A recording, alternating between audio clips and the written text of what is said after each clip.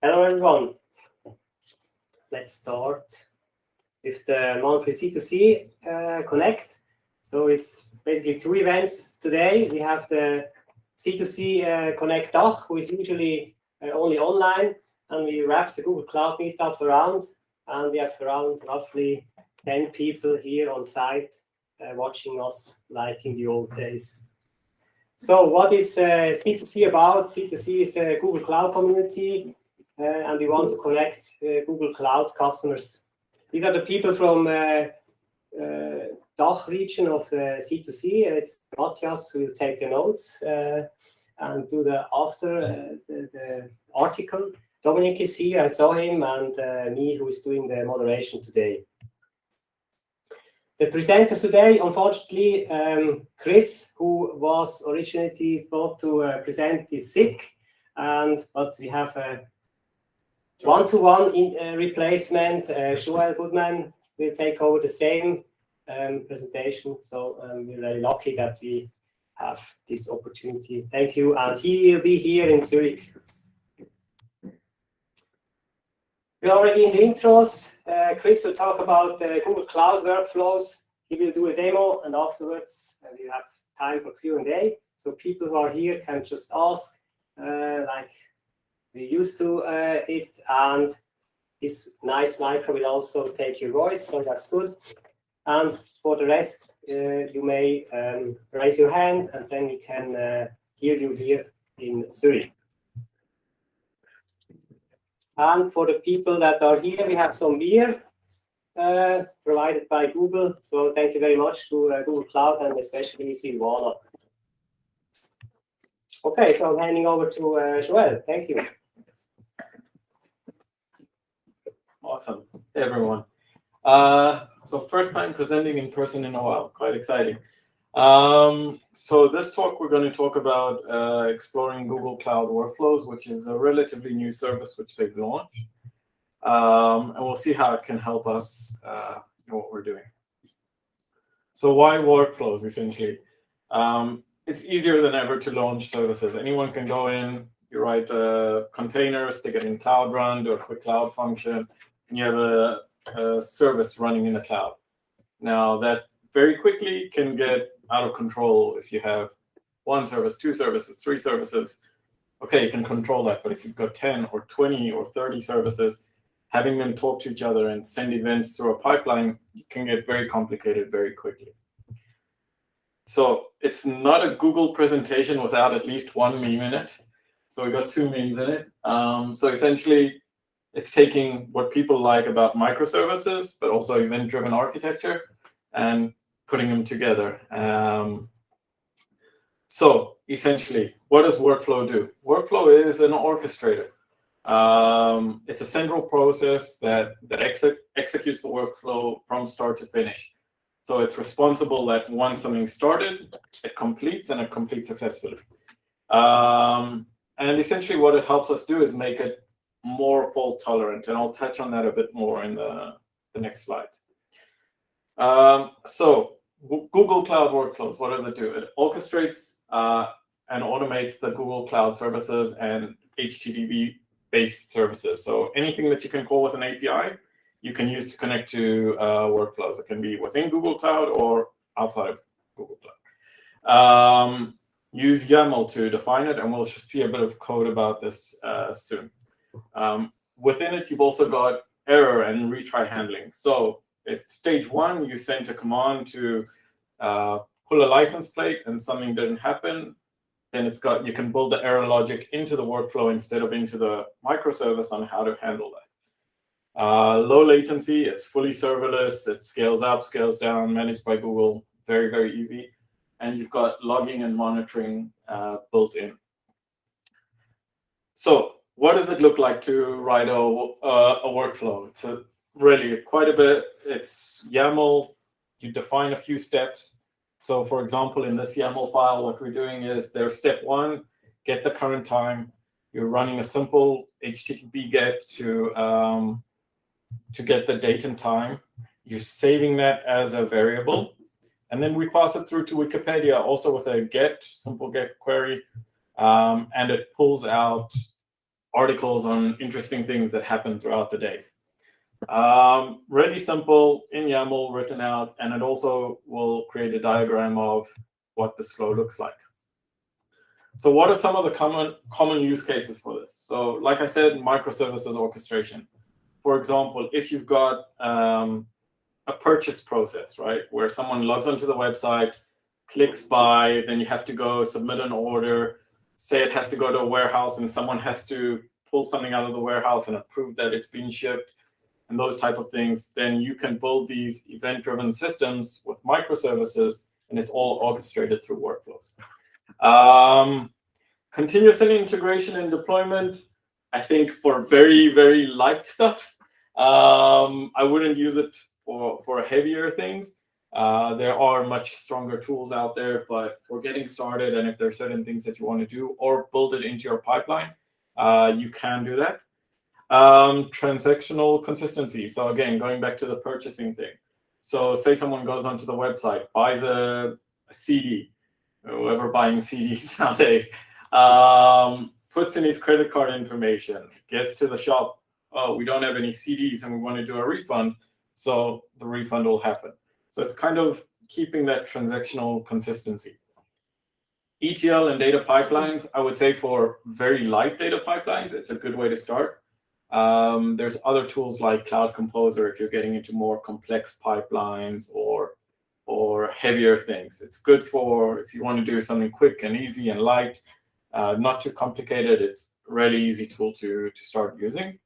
And long-running workflows. So like I said, it's got a polling mechanism where essentially it can wait for a year. So it sends an event, and until someone clicks something or does something, it can wait for a year until it's completed. And that's what it's good for, that kind of person in the process handling of systems. So let's talk about the demo a bit. So this is an interesting demo. I'm not going to take credit for it. It's one of my team members that spent some time on it. Essentially, the situation is this. I'm a mechanic. I've done a bit of coding. I've went to school about it a bit, and I want to see how I can make my work process a bit easier through software. So essentially, what I thought about is every time someone has a flat tire and they need to come in to change their tires, instead of them getting to me and being like, oh, damn, I'm out of stock, they take a picture of their car, and you can see the license plate there. It extracts the license plate from the image, sends it to an API, which in Israel is a great API where you send the license plate of the car and it gives you the make, the model, the weird sizes, and all this other kind of things. And it'll give me the tire type and wheel size that I need to have in stock, so that when the person comes into the shop, I've got the tires ready, I put them on the car, and off he goes. But I'm a mechanic, so I don't want to manage infrastructure. So we'll get into that a bit. That's essentially the scenario. So essentially what happens? Like I said, user sends an image of the vehicle through a web UI, it saves the image to Google Cloud Storage. It extracts the license plate using an AI API, looks up the vehicle information, sends the vehicle information back to BigQuery, and sends the vehicle image to the mechanic in an email with the information it needs. What are my design requirements? It needs to be cheap. Again, I'm a mechanic. I'm not running a software shop. Focus on the business logic and not the infrastructure. Scale up and down with customer demand. Be reliable, so that if someone sends me a picture, I actually get it and use it, and easily troubleshoot it. So following that, my design decisions. I want to run things serverlessly, so I use tools like Cloud Run for the microservices and Cloud Workflows for the orchestration. Fully serverless, fully managed by Google. Don't have to do anything there. Just write the business logic and Google takes care of the rest. Using managed external services. So Cloud Vision for pulling the license plate. It's got entity extraction, and you can pull a license plate from the car. Using the government database, which is external, and SendGrid for sending emails. And essentially, we'll have 3 microservices. the web app for image submission, which I'll show you shortly, the license plate reader, and the notification service. And this is a bit more about what it does. So essentially, within the web app microservice, there's two actions. The user sends the image of the vehicle, and the web app saves that to Google Cloud Storage. Then the license plate reader extracts the license plate number from the image, looks up the vehicle information, saves it to BigQuery, and then finally, once that's done, we send the notification over email. Before we dive into it and I show you all the lovely Google Console environment, a bit on orchestration versus choreography. So essentially in orchestration, there's a central orchestrator that controls interactions. It's it.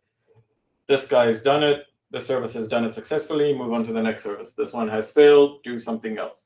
In choreography, you've got multiple microservices, and they all kind of have to know what each other is doing and dance together seamlessly and know how to handle failure and handle other things. But each one has to do it in their own environment. And the interaction is through an event chain. So essentially, an event is sent to a message bus, in this case, PubSub, that sends an event to the web front end, that sends an event back, and so on. So I'll touch on that. So this is what we're seeing here. In choreography, someone uploads an image to the gateway, it gets published to the event bus, that sends an event to the license plate service, which sends an event back to the license plate extractor, the extracted license plate, sends it back to the vehicle detail service, backwards and forwards through the chains, all event driven. But if something goes wrong, then who knows about what's going wrong and who fixes it and who's responsible for it. In orchestration, a bit of a similar drawing, but with less back and forth. So essentially the workflow, the image is uploaded to the gateway service, which hits the workflow, and then workflow is responsible for calling each service in its turn and controlling the state of the system and the process. And this is explained, we'll dive into a bit more about the differences. So essentially, in choreography, you don't have the central flow model. You don't have the visibility or error and retry logic. Essentially, if you've got 5 services, yeah, it's easy. But if you've got 100 services in a long event chain and something fails along the way, then who's responsible for fixing that? Where do you monitor everything? Where do you log everything? It's very, very complex when it gets to very large systems. And essentially within orchestration, it's all done through that central orchestrator workflow where you have those 3 things. Now, the thing that you do give up is the loose coupling. Because now things are more tight, so essentially you're building a more coupled system, which we also need to have trade-offs about. Now, the question is, should we do 100% this or 100% this? No, it depends on what you're trying to engineer and what you're trying to do. Some services within your organization, it might be easier to do through workflow and orchestration, and some services it might be easier to do through choreography. All depends on what those services need and what's more important for your business and your technical needs. So, into the demo. Let me open up the services. So, can everyone see this, or do I need to zoom in? Maybe zoom in a little. Okay. Like 125. Better? Yeah, much better. Okay. So essentially, this is our, we'll start off with our Cloud Run environment. Essentially, you can see we've got the 3 microservices running here. By the way, each one is written in different language. One of the services in Go, one of the services in Python. So we're not tied to only hiring Python developers or only Go developers or whatever our organization needs. If you click into the environment, then you can see information about the various container services. And there's the link to our gateway, which I have open here. Let me just refresh. Let me just open it up. So this is our very fancy vehicle front end. I'm going to choose a file. So my file is this. And I'll put in my email.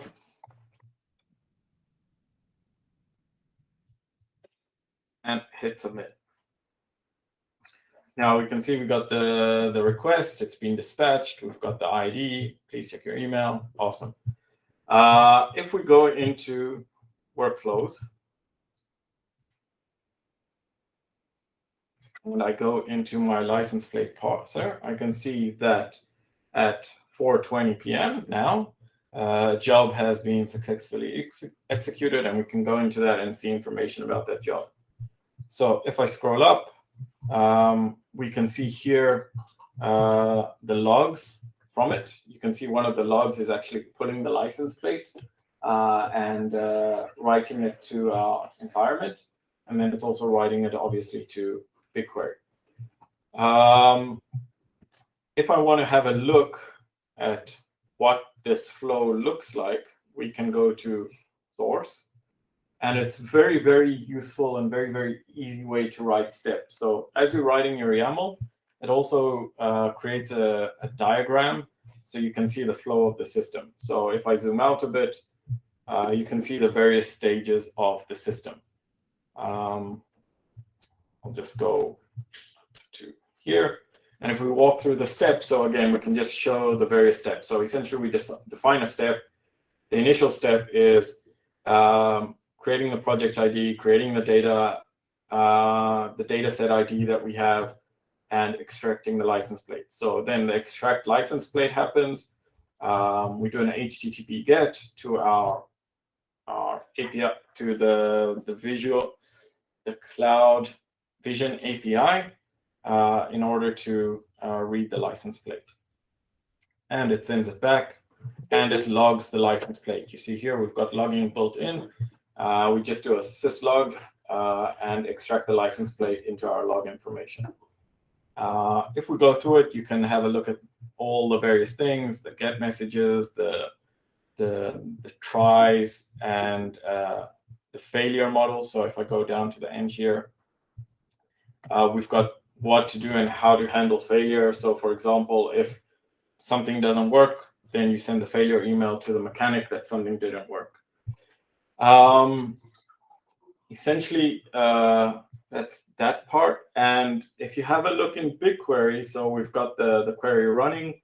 And I'm just doing a select star from the playground, and we can see the car model and the type that it's, apologies for the Hebrew, that it's private, and the license plate ID. This is from previous runs. This isn't what I ran now. The demo gods were not on my side, and the BigQuery connection broke. But this is how it works. And you see, I can see the model of the car and the make of the car. And that's essentially the demo of how this works, how workflow works.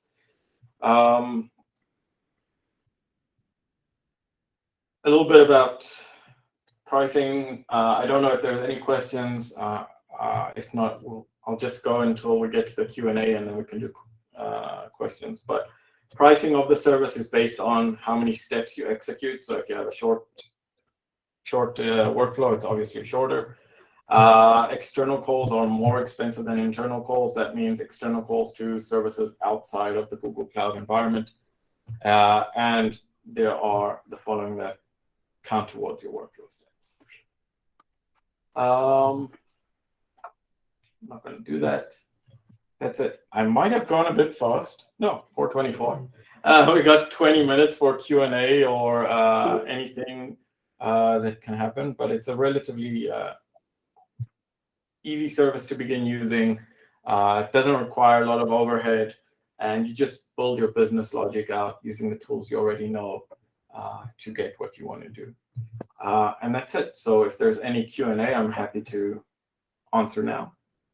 There's a question from Guru Mofi. So maybe you can unmute and ask a question. Hi, Joe. So the question is, you mentioned the editor. Means, do you need to use the online tool, or we can use something like Git version and version, so that whenever I make change, it can be version controlled? Yes, so you can use it. So this can be deployed through CI/CD. You can use the Git tools that you use right now. The environment can be deployed either through CLI, through the Google Cloud Console, Git Actions, Terraform. You can control the environment through any one of those. Okay, thanks. Go for it, Lucas. In the very beginning, you showed an object of type wiki result. Is this a built-in or is this custom defined? And if not built-in, how can I define stuff like this? The wiki result? No, that was just a variable to share. To say Okay. So just a variable that holds the string and and passes it on to the next stage in the workflow. Okay, thanks. Anything else? Go for it. What are the limitations of this service? Like, can you write shell commands? Can you create your own steps and stuff like that? So yeah, you can create your own steps. That's the whole thing there, is that you can create your own steps. And if you go into within the service, if you go into the documentation, it can say what are the parameters and arguments per each type of step. And it has examples of how to handle faults and how to do logging and all that other type of stuff. With regards to shell commands, I don't know. I would have to check that. So you can write like plugins with like JavaScript or something like that? Yeah, so essentially if you've got JavaScript running in a container, that can call that and it does the work for you. So in this step, I have to do this work in JavaScript, calls the API, gets a result, moves to the next step. Go for it. What level of integration does it have with the various native cloud services within Google Cloud? Like, is there specific things within you have your steps and stuff? Is there specific details you can actually deploy or customize as you're like talking to the various different parts of Google Cloud, or is it just like it generically says you're calling a service somewhere and like it doesn't care as much whether it's external? I think it's just very generic. There is very good integration. So the whole thing within Google Cloud, and I think this type of service is how do you manage it, communicate securely. So having the service account that can communicate with the Google account service with like BigQuery, right? So you want the workflow to have the service account with the right permissions to be able to do those jobs on that. And then you just write the steps there within the API. It's the same as you would interact with the BigQuery API in any other way. Go for it. Is there some sort, you mentioned billing is basically based on the number of steps. If assuming that I do an HTTP call that takes a while, that maybe takes, like that triggers an upstream job, and once this job finishes, then the HTTP call gives me a response. Still the same billing, or is this somewhat tied to the runtime? From what I know, it's only the steps, but I would need to check that. Okay. I would need to check that for you. You skipped the slide with the pricing. Oh no, I don't mind. I just so like I said, this was. Can people see it? It's an important issue in our company. No, pricing. Obviously. Oh, they blocked my presentation to the, but you can definitely like. You can share it now if you want. Sorry. Yeah, no worries. Your entire screen.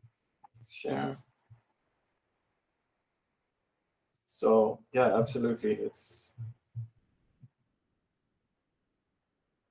first 5,000 steps free, steps after 5,000. Really cheap. Is it like the cumulative count of steps? So if you run through the same process several times, each time it counts a step? Yes. Yeah. Okay. So that's 5,000 free per month, I guess, right? Yes.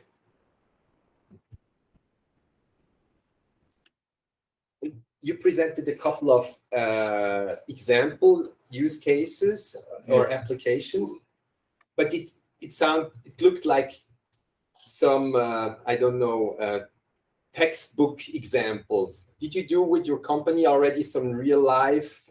Do you have an example from a real life business case here? So these are already tech. Yes.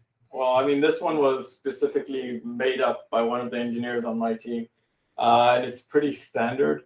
But there is things that we are thinking about doing. For example, how do you register a marketplace a purchase and those type of things, where you've got 5 to 6 steps that have to happen in a certain transactional way, and then you build that out. We haven't built this out for customers. It's a relatively new service still. And yes, the examples are pretty textbook right now. You meant in the workflow, there was a specific call out for the failures. Can you handle failures for a specific step, i.e. that it kind of like if that specific step fails, it does something specific only related to that step failing, i.e. if other steps fail, it doesn't do it? Like how granular is that failure control? Yeah, so it can, Zoom isn't working nicely for me. Hold on. Will it work? Yeah, okay. So essentially, if you have a look here, per step, check if the license plate is found, right? So that's the API call. You can define for that action various different branches and how to handle that failure. So if it's found, great. If not, sorry, this is the good one. If not, then do a retry. And if it fails, call the failure mechanism to send the email. But you can control it very granularly by the steps. It's not just a overall right at the end, write it kind of thing. But yes, per step you can build in failure logic and so on. Regarding marketplace, you said there are different cases. For example, when the customer buys 5 items, one after one, and makes, like, let's say, 5 orders, the same customer can do 1 order for 5 items inside. Yes. Will be considered like, let's say, use of that system once, or will be considered as use of the system 5 times? I'm actually speaking about batching all the orders in this together. Yeah, well, I think you would think in that scenario, right? So if you batch all the orders together and you're sending out a request to the form, so then in your business logic, you would build it that, okay, the warehouse checks, if it only sends out 4 out of 5, then handle it this way. If it has all 5, then respond this way. You can build that business logic into either your service or into the workflow to handle how many items are ready to be sold. But you wouldn't build a flow for each separate item. That wouldn't be. The question is just a way of avoiding multiple steps and saving money on this on the expenses. Yes, correct. Another question from Guru Mofi. Yeah, Joel, is it possible to call one workflow from another workflow? It's a good question. Why would you want to do that? Let's say Joel has created one, and let's say I don't have access to the source code. It's some proprietary thing, but I only know the input and the outputs to it. Would I be able to call it? It's a good question. I would need to check that and get back to you. Sorry. No worries. It's a good question.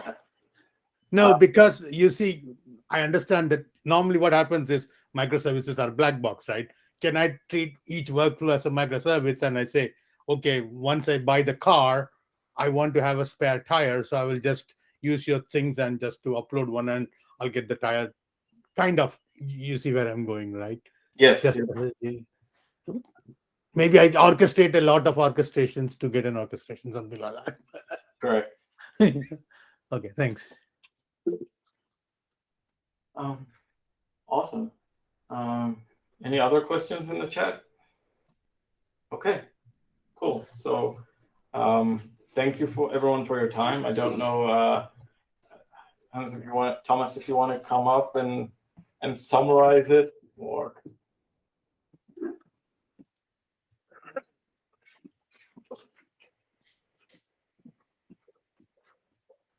So thank you very much. I have nothing to say more or to add. So great presentation. Thank you. It's always good to see something hands-on that we can really use and not theoretical stuff. That's great. Thanks. Yeah, I think we're done. Dimitris, you can stop. And we go to the beer and the guys of the ones of you that have beer at home, cheers, and hopefully see you next time in May.